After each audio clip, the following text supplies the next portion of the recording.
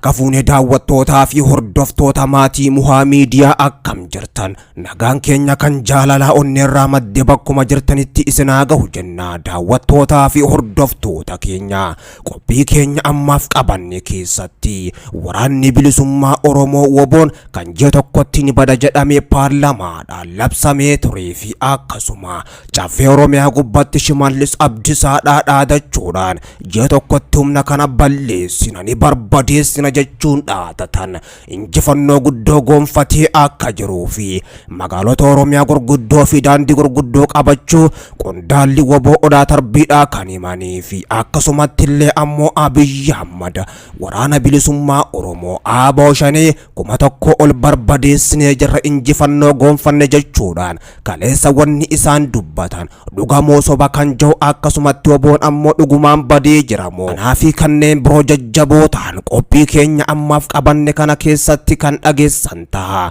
Daawwattootaa fi hordoftoota maatii Muhaa Miidiyaadha. Namoonni YouTube keenya Muhaa Miidiyaa faarawaa taatan YouTube channelii keenya Muhaa Miidiyaa subscribe gochuun maatii nuuf taasisaniin jecha qophii keenya ammaaf qabanne isinitti himuudhaan hamma dhuma sagantaattis wajjin kan turu ana Muhaa Oromooti. Hamma dhumaattiin waliin turaan afeerraa keenya gamanumaan viidiyoo keenya like share gochuu sin dagatinaadha.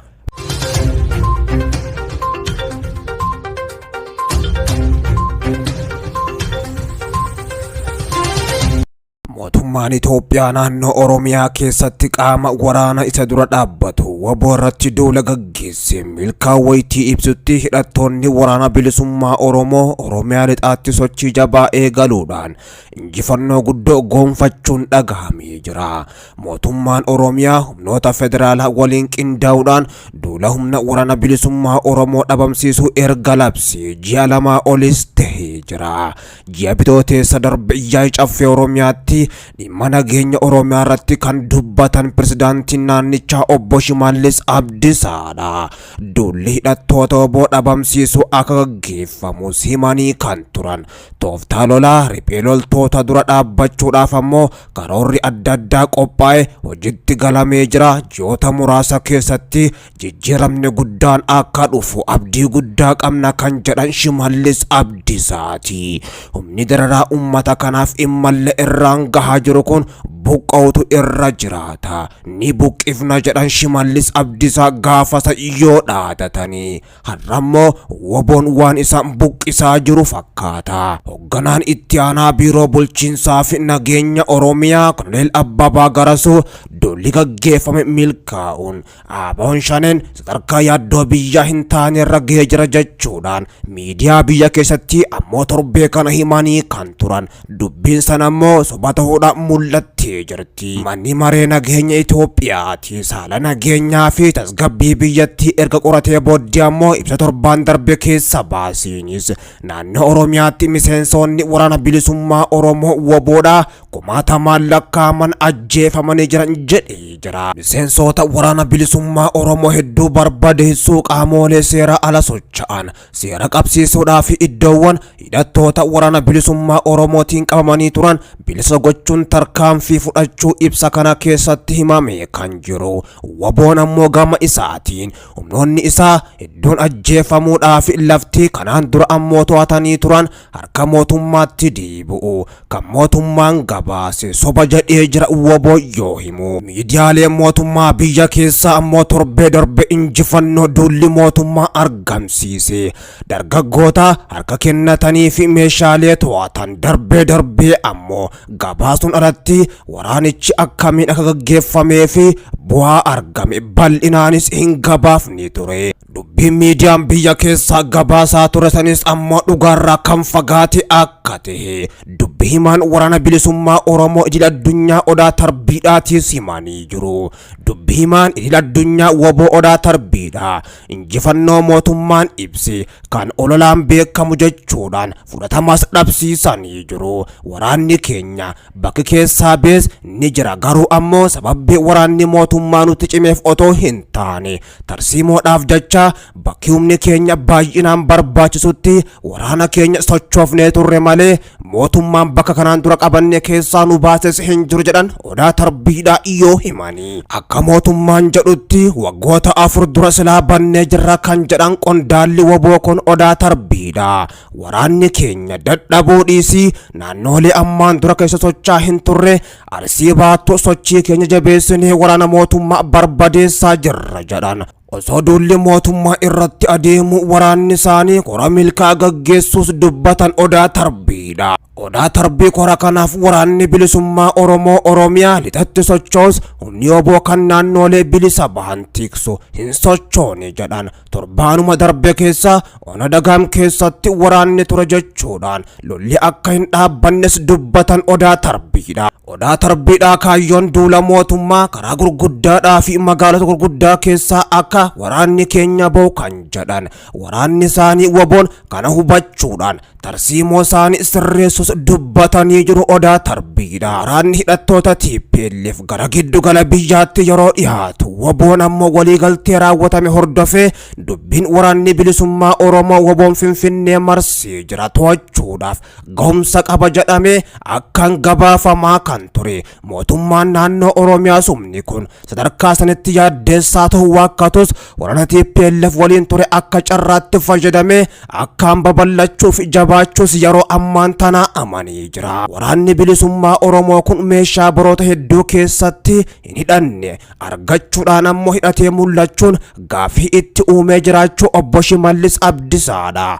miseensota caffeettis himanii turanii. Humni waraana bilisummaa Oromoo kun Finfinnee to'achuudhaaf akka jedhu irra deebiidhaan ammoo humna ololaa ture kan jedhan jiraatanis Odaa Tarbiidhaa olola hin turre ammas galmi keenya Finfinnee to'achuudha jechuudhaan dubbatanii jiru. Humni furgaatuu waboodhaa naannoo Finfinnee keessa ammoo kan socho'an yeroo sanittis turanii jiru kan jedhan Odaa Tarbiidhaa. Ammas humni furgaatuu waboo achuma jiru. Ammas humni keenya garuma Finfinnee sanitti deemaa jira jedhan. Ji'a darbe keessa gaazexeessaa Bariisaatti kan dubbatan hoogganaan itti aanaa biiroo bulchiinsaa fi nageenya Oromiyaa Koloneel Abbabaa Garasuu sochiin waraana bilisummaa Oromoo sadarkaa biyyaaf yaaddoo hin taane irra gahee jira jedhan. Kana jechuunis hafteen waraana bilisummaa Oromoo deebi'ee balaa hin qaqqabsiisu jechuu akka hin taanes ibsanii tura. Yeruma sanuu shakkii guddaa akka waboorraa qabanii uummanni qaamolee nageenyaa waliin ta'uudhaan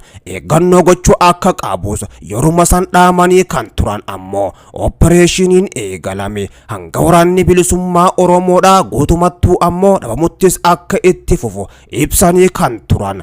Tibba kana ammoo biyyoota addunyaa garagaraa keessattis marii hawaasa gaggeessaa kan jiran durataa itti aanaa dhaaba Koongireesii Federaalawaa Oromoo obbo Jawaar Muhammad biyya rakkoo hamaa keessaa baasuudhaaf qawwee osoo hin taane marii karaa nagaatu furmaata jechuudhaan dubbachuun isaanii miidiyaa hawaasaa gubbatti dubbii ijoos ta'ee ture. Namoonni mootummaa biltsiginnaa amma aangoorra jiru qeeqan waraanaatu fala jedhanii amanu. Waboon marii barbaadus mootummaa irraa amantaas akka hin qabne kanaan dura himee ture. Hoogganaan waraana bilisummaa Oromoo Kumsaa Dirribaa yookaan Jaalle Marroo jechuudhaan kan beekaman amma dura yaada BBCf kennaniin bakka qaamni sadaffaa walabatee jirutti marii gochuudhaaf fedhii qabaatanis gaafiin akkasii akka hin dhiyaanneef himee ture. Ministeerri muummee Abiyyi Ahmad ammoo kibxata kaleessaa miseensota paarlamaa wajjin yeroo mari'atan rakkoo nageenya biyyattii mariin furuudhaaf fedhiin akka jirus irra deddeebiidhaan dubbatanii jiru. Koloneel Abbabaa Garasuu ji'a tokko dura ammoo gaazexeessaa Bariisaatti yoo dubbatan